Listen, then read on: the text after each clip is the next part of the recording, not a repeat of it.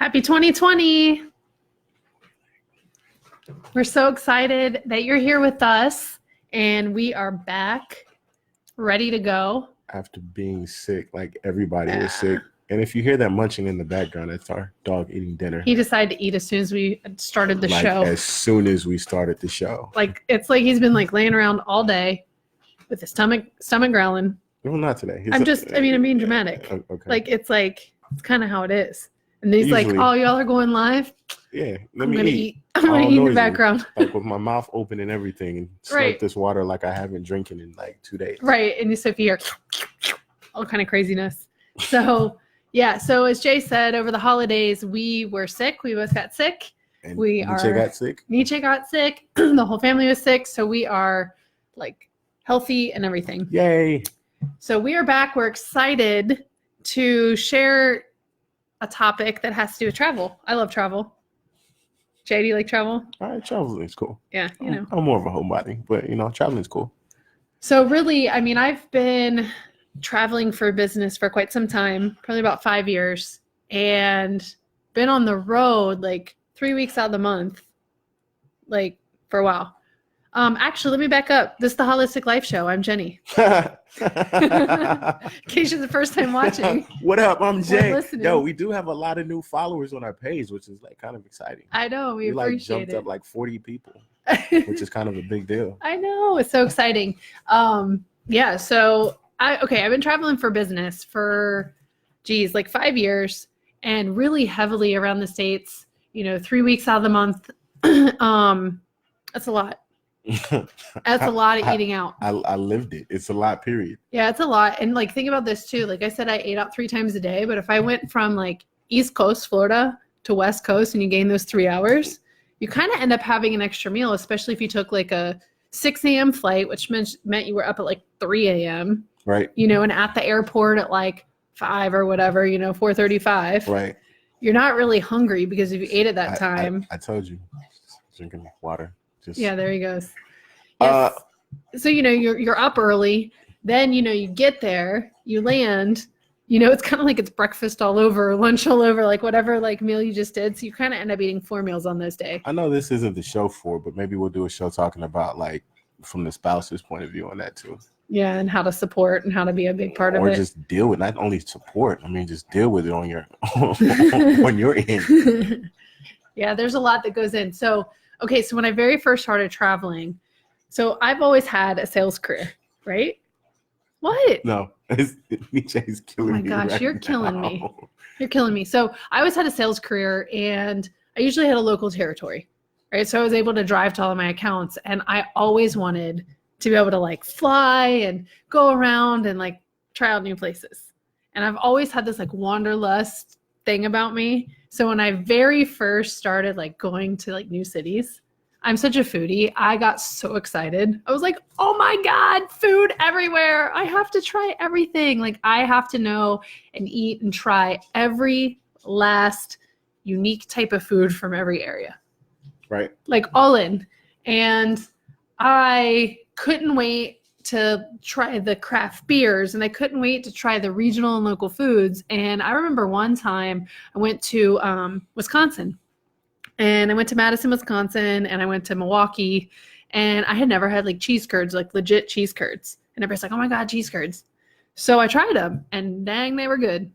And then I tried them the next day and the next day. I had them 3 days in a row, like a full order of cheese curds. And it was amazing until I came home. And remember when I went to that workout with you and I felt sick? Yeah. Yeah, like totally. Because I was like, oh my God, I'm never going to have cheese curds again in my life. Okay, so like 2 or 3 weeks later, or a month later, I was back in Wisconsin. And I was like, oh my God, cheese curds. I'm never going to have them again. Like it was kind of like a reenactment. But my point is as I was going around, like there was all the excitement of all the amazing foods, all the new types of food, all the regional restaurants, all the delicious flavors, like, oh my God, cupcakes taste different in every state. Like, it's just, I had to know. I'm serious. Like if you're a foodie or if you like trying foods, like when you're out and about, can you just go and just keep your head down and not try any of them? I don't think it's about keeping your head down. I mean, you can still enjoy foods, being a foodie in different places and not overindulge. But I didn't understand that. Well, I'm just saying, Right? we're just speaking Yeah. for sake of conversation. Yeah. Like, because I think that's a point of deprivation if you're like, yo, I got to keep my head down. No, I mean, if you're a foodie, you enjoy food, but that doesn't mean going to the restaurant and ordering the whole fucking menu. I've done that. Yeah, I know. I've done that many times. And, you know, so like as I was traveling around, it was a blast. I was having fun until I realized that I totally had to like upsize my closet.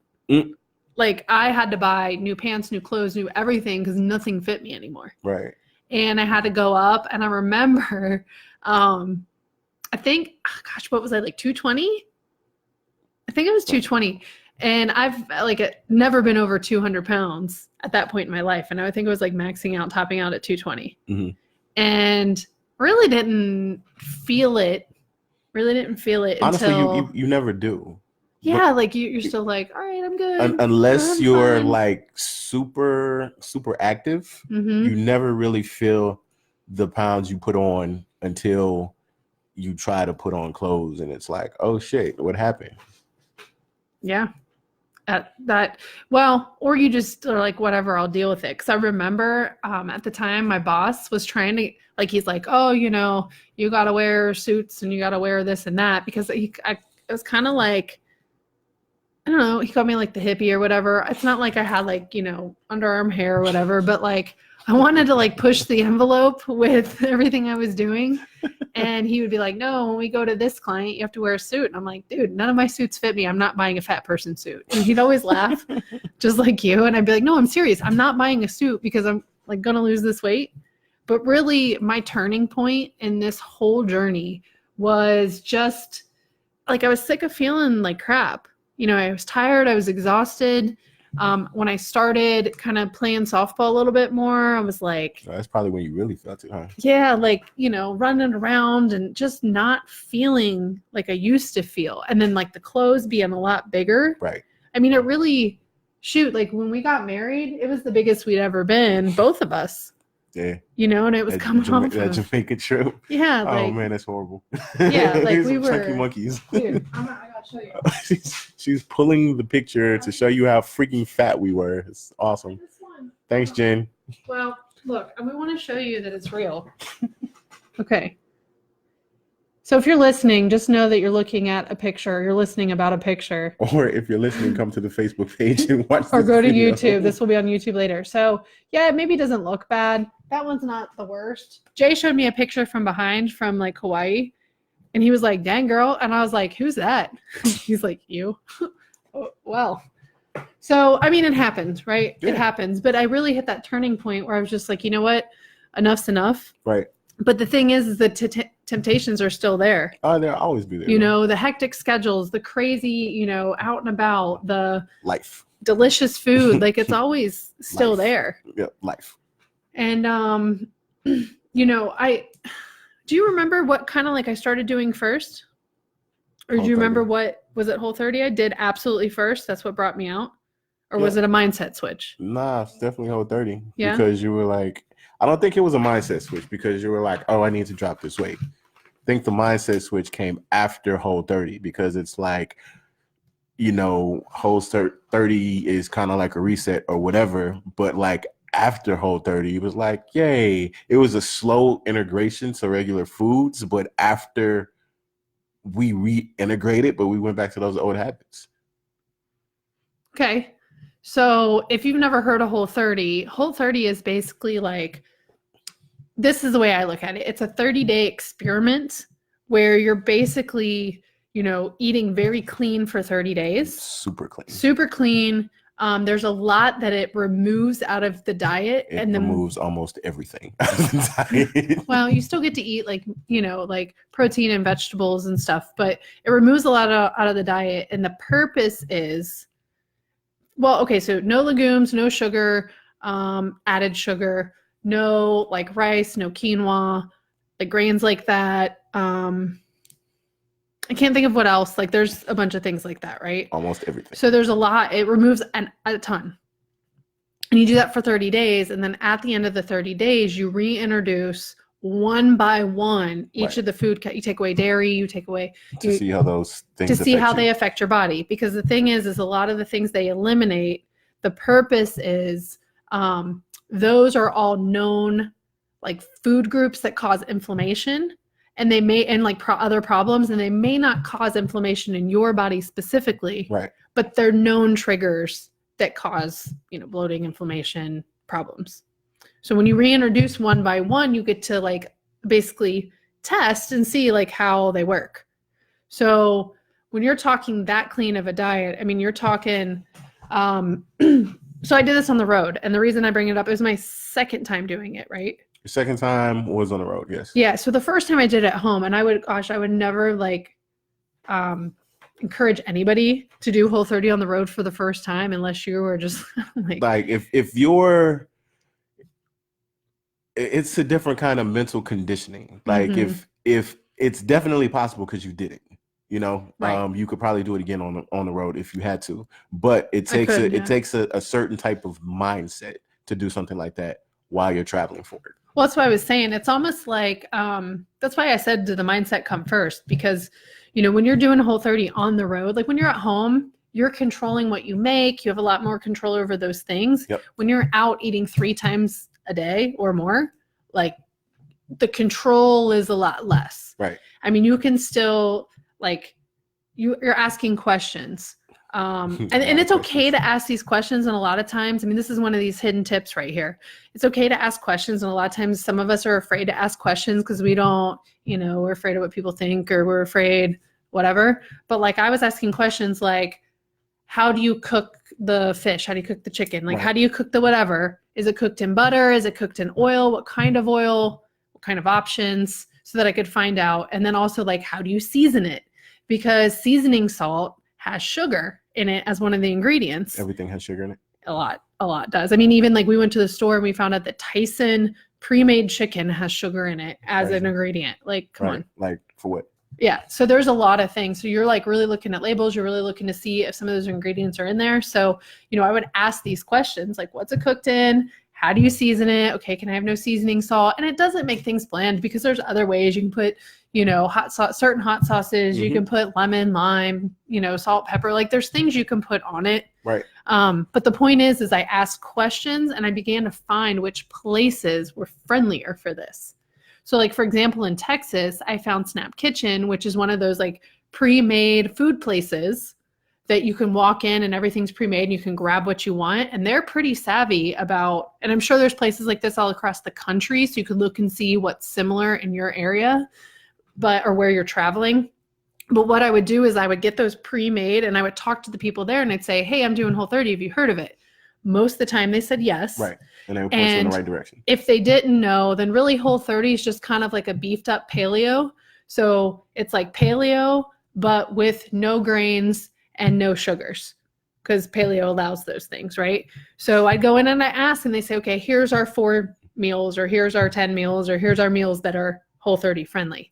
And so I would get those because that way I knew they were clean. Right. Right. Now, if I was out and about, there were certain go-to items that I would, so once you know what you can eat, you build your meal around what you can eat. So you get a chicken breast, you get some broccoli, you get some asparagus, you get, stuff that you can eat. Right. Salads, even with dressings, you really have to ask in the restaurants, like what's in the dressings. And I'll tell you, if you're at like a Chili's or an Applebee's or a mainstream place, forget about asking because they ain't going to know. Anything that's super mainstream, the people are going to look at you like you're crazy. It's going to be definitely more challenging. You could find some of that stuff online, right? Like I would start to like look online, and like Panera, they would pull out their ingredient book and I would look at everything because once you know. And at the time, nothing at Panera was Whole30 friendly. So I would just put lemon on my salad and I liked it. It was nice, but none of their dressings, all their dressings had some kind of dairy or sugar in it. That's one of those things I feel though, like if you're doing something like that, you got to be ready for that like transition. Cause I'm pretty sure a lot of the objections are, I don't have a lot of time to look online, to look at a menu, but we'll be on Facebook and Instagram for whatever. Okay. So Whole30 is like super extreme, right? Oh yeah. It's super extreme. So if like you're not ready for that type of thing and you're like, okay, Jenny, like how do I maybe like tap into that a little bit? Right. I would just pick one food category, like one aspect of food that you are interested in, or maybe that you're willing to do a little more research in. And then that way, like, find and identify the places or the menu items or the grocery stores or the brands that are going to be like safe for you to eat. And I mean, honestly, safe is relative, and Right. Jay and I can help you figure out what safe means for you. I mean, really on a basic is the more whole foods the ingredients are, the better. So smaller list of ingredients and whole foods with no other crap in it. That's a good start. That's really like what's ideal. I know there's a lot of different ways to look at labels, but that's the way that we really stand on when we're like honing in and trying to establish which things we consider as like healthy. Right. But healthy is relative. That's why I like do the air quotes. What do you think? Agree. Okay. Just making sure. You're being really quiet. You're talking. I stopped.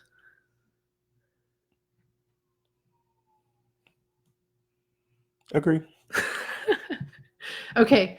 So another thing, and I'm telling you these things because they are possible to do with crazy schedules, hectic schedules all over, is I did a 10-day detox. And if you've ever done any type of detox where it's like, you know, pill, water, shake, pill, water, shake, snack, whatever, I did 10 days on the road. I think I had like 2 days at home.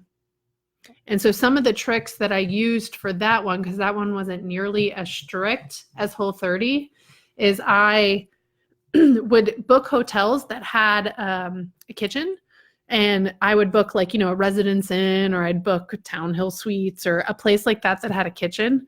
And then I would go to a grocery store and I would buy avocado, lemon, maybe some cilantro, and some cucumbers. Right. And then I'd make my own guac in the room because there was a knife in the room, there was a cutting board, there was a bowl, there was a fork and spoon, and I would make that in the room, and I would cut up my cucumber, and that would be my snack when I got back to the room. And granted, if you're driving around, you're not making freaking guac in your car. But making that on the road in the room, that was huge. And then when I would go out to eat, I would look in like Yelp, or I would look in Google or whatever, and I would look ahead and I would put in like organic restaurant or healthy restaurant, or I think that's major. Because a lot of people just go off their like kind of instincts on what they could or can't eat. But although I'm not a super fan of Yelp, it does come in handy for situations like that. Well, whatever tool it is that you. Well, yeah, like. I mean, there's many of them, but I'm saying a lot of people don't think of that. Like for something to just, although Yelp isn't 100% when you type in healthy restaurants. No, you do have to kind of navigate a little bit. But I mean, that's one of those things, you know, we really don't think about when we're kind of in the situation. Yeah, so when I would go to restaurants when I was doing the cleanse, because there were some small meals that were allowed, I would follow the guidelines with the meals. And once again, you focus on what you can have, not on what you can't have. So I would go like, I went to, it's Cheddar's. Okay. It's like a chain. And actually they're probably the most friendly chain that I've been at. That's like that mainstream, like middle of the road restaurant, because they're super accommodating, you know, and I got, you know, asparagus with no butter, and I got, I don't even know, sweet potatoes or something. I can't remember what the other thing was, but like, that's what they brought me. And I was perfectly fine, because with the cleanse, there was a lot of other pieces in place that supported and made you feel full. Right. So I would just order that. So I think the big thing here is not being afraid to do something a little bit different and to ask the questions. And if you're going to be meeting a client out to eat, you can always go a little bit early, ask the questions, so you don't have to like do it in front of the client and ask all those things. Mm-hmm. You can call ahead. Yeah, I've done that before. Definitely call ahead. I've called ahead and asked to speak to a manager or to the kitchen manager, and I would say, hey, you know, and really if you approach it from a place of love, and you're like, hey, you know, I'm following this certain diet, or hey, I've got certain restrictions or whatever. Can you help me understand what some of the ingredients are so that I can order properly? Right. And for the most part, they're going to be really good. I was at a place in Tennessee and I met a friend there, and it was like super backwoods, like this, like, I don't know, this place. It was like a fried food place on the water. Mm-hmm. It's when I met Holly there. Okay. It was like super backwoods. Like they don't really give a shit about Whole30 or any cleanse. They could care less. Like, the more unhealthy it is for you, the better. And I started asking questions. I was like, how do you cook this? How do you cook that? And the girl was like, dude, I don't know. And so from there, that's where like you really use the training that you've been through, Right. and you go to the basics and you go, okay, and you look through the thing and you look for, sometimes you just got to go screw it. It might have seasoning salt. It might be cooked in butter. Right. And you go, okay, I want, grilled fish and, broccoli. Spinach. Yeah. Like it's not going to be the end of the world if Right. it has those things on it, unless you're allergic to those things, then that's a whole different thing. Okay. So, yeah. So the thing is as you go out and about, you'll learn the places and you start to uncover. Make it a game. Make it an experiment. Right? Oh, definitely. Definitely. I'm all for experimentation because so much information out there that you get overwhelmed with and like all this other stuff, and what works for your friend might not work for you. So try it, figure out what works. If it doesn't work, try something else until you find that thing that works for you. Yeah, I think make it experiment and make it fun, because this is a process and it's okay to fall off course. Yeah, it's okay it's to life. Maybe mess up a little bit, and mess up is relative. Air quotes. Yeah, like, I don't know. I mean, I think sometimes we just have to be more gentle with ourselves because we're really hard and we have high expectations and we really want to do well. Agreed. But at the same time, when it comes to your body and traveling on the road, like think about all that extra stress and pressure and unknown circumstances. And we're talking different hotel rooms in different cities with different grocery stores, with a different car, with a different everything. Or maybe it's your own car and you're driving around, but still it's towns and cities you aren't familiar with, people you aren't familiar with, places you aren't familiar with. So it's really just building up those go-to items. Right. You got off easy. I totally, you're supposed to talk a lot more. What book is that in? That's in all books. Nah. I mean, you haven't really said much. Come on, part some words of wisdom, Jay. I did. I chimed in where I needed to chime in at. Okay. The other thing I wanted to give as a precautionary type thing is, with this process, I know, as Jay said earlier, you may say or feel like I don't have time. And over the next few weeks and months, we're going to be really talking about that a little bit more, making posts about it. Like, you're going to see a little bit some more support around the I don't have time piece. Right. But for the little bit of time that we have right now, it's the thing is you always are in control of your schedule. And so if you're super, super busy, I would encourage you to really take a step back and evaluate your priorities, evaluate your calendar, evaluate the way you book yourself, because maybe at this moment you've said yes to too many things, or maybe you've booked yourself too close. Right. And what are your priorities? Set up boundaries, personal boundaries. Yeah. I mean, for me, when it comes to my food time, whether I'm eating super healthy or not, food and my time to eat food is a high priority. You don't mess with that. I'm going to take my time to eat. I'm going to find the place to eat. And guess what? I'm still successful. I still did really good, and I still achieved a lot, and I still got a lot done. But think about those times how you can fuel yourself. So if you're always running on the go, you're always grabbing things from the gas station, the fast food place, just take a step back and evaluate. Right. Really just think about it. Does it really have to be that way? Or do you really want it to be that way? That's probably the even more powerful question. I think it is. And when it comes to, this process of being like, oh my God, I don't want to do a Whole30 or do a cleanse, that's fine. Start small. Yep. Start with the things that do make sense to you. Start with the things that feel achievable to move towards that goal. Maybe take a piece of what we talked about. Right. And implement it and try it out. Because a lot of stuff people hear is sticker shock. They're like, oh shit, I have to do all this. No, you find the thing that's going to work for you right now. You have to start somewhere. And it's just starting. Yeah, I mean, like, one of the things you could take from this is, you know what? I'm going to look for those, pre-made food type places that make the healthy meals that are grab and go. Right. Maybe that's something you start working into your stops, right? Maybe it's, you find a really healthy, clean shake you take and you always have along with you. I didn't even mention that, but that just popped into mind. Or maybe you start finding, a couple of restaurant options that are different, that aren't your normal go-tos, that still have really healthy choices that can help support you. Right.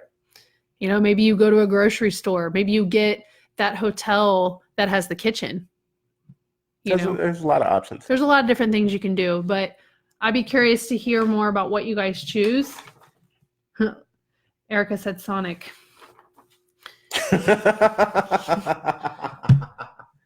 I was like, Sonic, what is she talking about? The hedgehog? No. Seriously? No, you're talking about food. All right. I'm kidding. I knew that would get you. She said, I don't travel a lot anymore, but I work from home and Uber Eats is my Achilles heel in fast food. Well, I mean, even with Uber Eats, like there's some healthier options like out there, but start where you can. It's all about starting where you can and making changes as you go. If you think about it, like everything is about the habits that we have. The habits that you have right now. Cheese sauce. Yeah, no, that's a hot pretzels, mozzarella sticks. Those are all good. It's a bad habit. I'm sorry. Excuse me. No. There's no such thing as good and bad. No, you have habits that serve you for the particular situation you're in. She said, yeah, but I don't pick healthy. It's a start. Mm-hmm. It's a start. Baby steps. Yeah. It's what it is.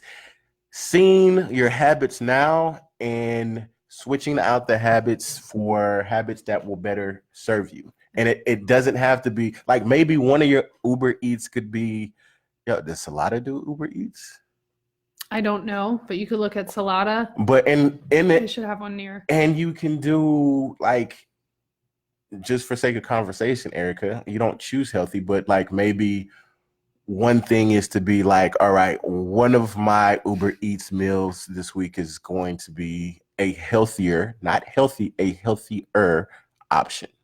Instead of 5 chicken nuggets, get 3. Yeah. Well, and too, she said, I think that it's a problem when I'm busy. I just have bad cravings. Oh, yeah. And I mean, that's something else we could completely unpack. I mean, you're talking about changing habits, right, over the course of time. So it's like he said, maybe go with a smaller amount. Start with that first. Or like, if you're going to have cravings, have some healthy-ish snacks around. So when those cravings pop up, they're on your desk or something you can just grab to kind of like curb the craving. Mm-hmm. But make sure it's not like snacks that you will eat entirely like while you're craving. Like we can't have little snacky things like the little cute Dove chocolates around here. It's there's so much that goes into it. So really, I mean, there's no way that we could completely like help someone change their whole entire life with one 20-minute podcast, video, live, etc. But we can help by giving you like little tips and little tweaks that you can start to try and implement. Right. And then if you feel like, okay, you keep trying, and things aren't working, I think that's the time that you may want to look outside of yourself to see who would be the best coach, mentor, resource, whatever, to really help you make that massive change that lasts in your life. I mean, I think that's what it really comes down to. So you listen to all these things and you go try and see what you can do on your own. And then when that may not work for you, as it does for many people, because there's so much information, right? That's when you go and you say, all right, J&J, how can you help me? Or insert your other favorite person or whoever who can help you with that. That person that fits with what you're trying to do. Yeah. So, all right, guys. Holy crap. A little longer tonight. We gave it a little extra love because it's been a minute. Next one, maybe Jay will talk a little bit more. Talked where I was needed. You're exactly right. All right. Have a great week. We'll talk to you soon.